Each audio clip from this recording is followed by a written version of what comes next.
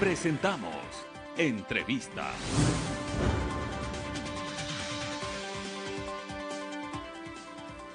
Siete de la mañana, 7 minutos. Saludamos al presidente de la Cámara de Agricultura de la Primera Zona, Rodrigo Gómez de la Torre. ¿Cómo le va? Buenos días.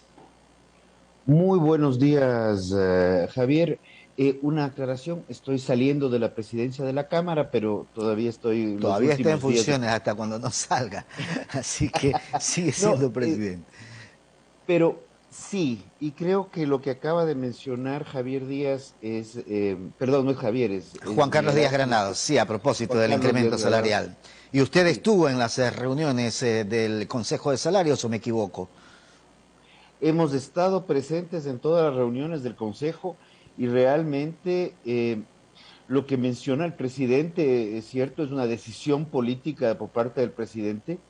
eh, y el decreto ejecutivo lo que dice es que el presidente convoca, digámoslo así, al ministro del Trabajo a poner en consideración los $425 al Consejo Nacional de Trabajo y Salarios, que sería una forma de hacer las cosas dentro de la estructura institucional del Consejo, pero claro, ya con una decisión tomada por parte del Ejecutivo. Por ende, creo que más bien deberíamos ya ir a firmar el acuerdo ministerial por parte del ministro del Trabajo y continuar, ¿no? Es decir, las sesiones, las reuniones del Consejo de Salarios, nunca hubo un acuerdo, se discutieron los temas, se analizaron los pros y los contras de un incremento alto o de un incremento bajo, se analizó el índice inflacionario. ¿Por qué no se pusieron de acuerdo? Porque una situación es lo técnico y otra situación es lo político. ¿Y esto es político Entonces, cuando escuchamos a Miguel Ángel, pues perdón, Juan Ah, Juan Carlos, Miguel Carlos. Ángel es el presidente, sí, a Juan Carlos, lo que él está expresando es real. Existen tres formas de fijar un salario. Ujú. La una es el acuerdo entre las partes en la cual el número se basa en el acuerdo, indistinto de las formas. El segunda forma es, si no existe inflación proyectada, se utiliza la fórmula que se aplica en el acuerdo 185 del Ministerio del Trabajo del año pasado.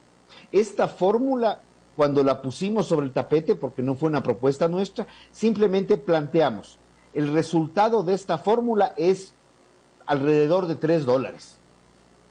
No Y era lo más, ¿no? ponemos simplemente como punto a discusión. Y el sector de los trabajadores lo que planteó es que, y la tercera forma, si no nos ponemos de acuerdo y si hay inflación proyectada, hay que aplicar el índice de inflación proyectada, que es de aproximadamente $5. La decisión del presidente ha sido de plantear una elevación de $25, lo cual ya básicamente, si bien en principio en mandato del decreto ejecutivo pasaría por el Consejo Nacional del Trabajo, va a ser un tema, como él mismo lo dice, va a ser un sacrificio muy fuerte para el sector empresarial.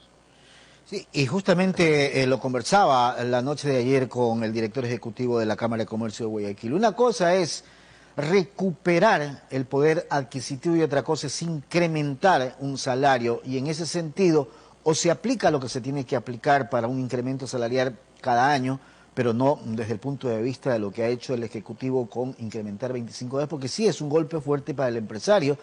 O lo otro es darle también estos incentivos al sector productivo para generar esa productividad.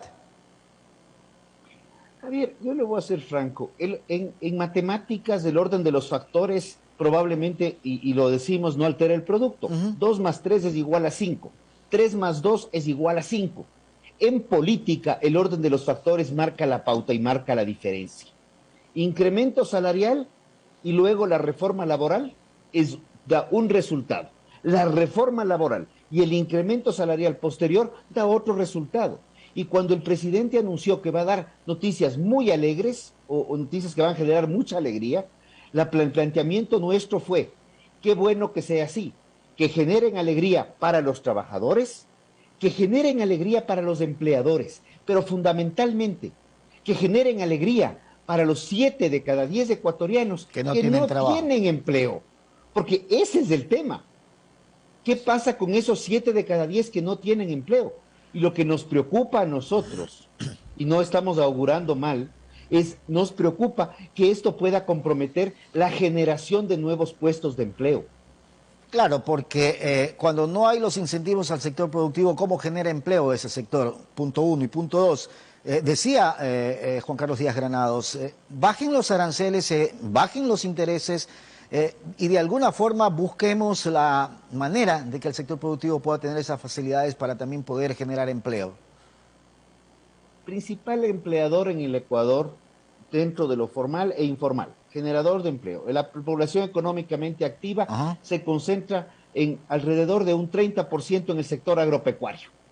Yo le quiero plantear el escenario de un sector agropecuario fundamental que ha venido complicadísimo con los temas de clima, factores externos que nadie tiene control. Está complicadísimo este segundo semestre con una visión muy compleja para el próximo año 2022 por elevación de costos de insumos, fertilizantes, de insumos para la producción, tanto por falta de producción a nivel mundial de estos insumos como por efectos de las medidas de transporte, porque al insumo que tenemos problemas en el sector agroexportador para que nuestros productos de altísima calidad puedan salir al mundo. Más de Ecuador en el mundo, pero necesitamos que se puedan mover por buques y contenedores. Hay pérdidas en ese sector entonces. Con todo este escenario, yo le pongo la cereza del pastel.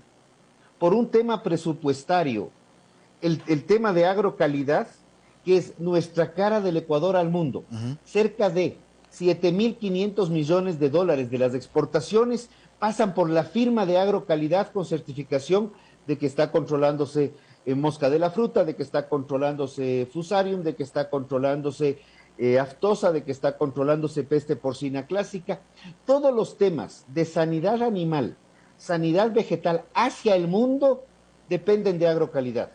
Todos los temas de sanidad animal, sanidad vegetal e inocuidad de los alimentos hacia el interior del Ecuador, seguridad alimentaria, pero principalmente es la calidad y que el producto sea apto para consumo humano, pasa por agrocalidad.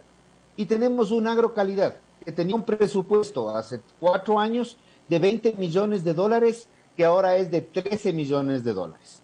Y tenía 40 millones de dólares en proyectos de inversión, que ahora pretenden pasarlo a 15. Increíble.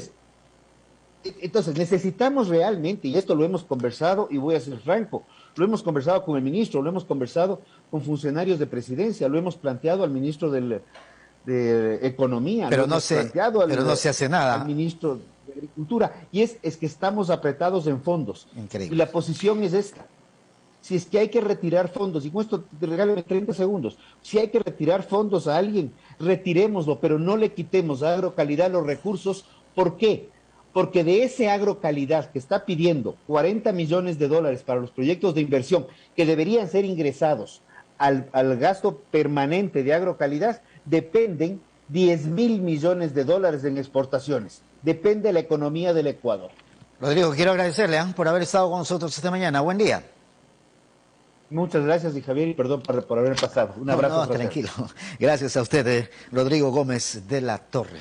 Son 7 de la mañana con 16 minutos. Una pausa.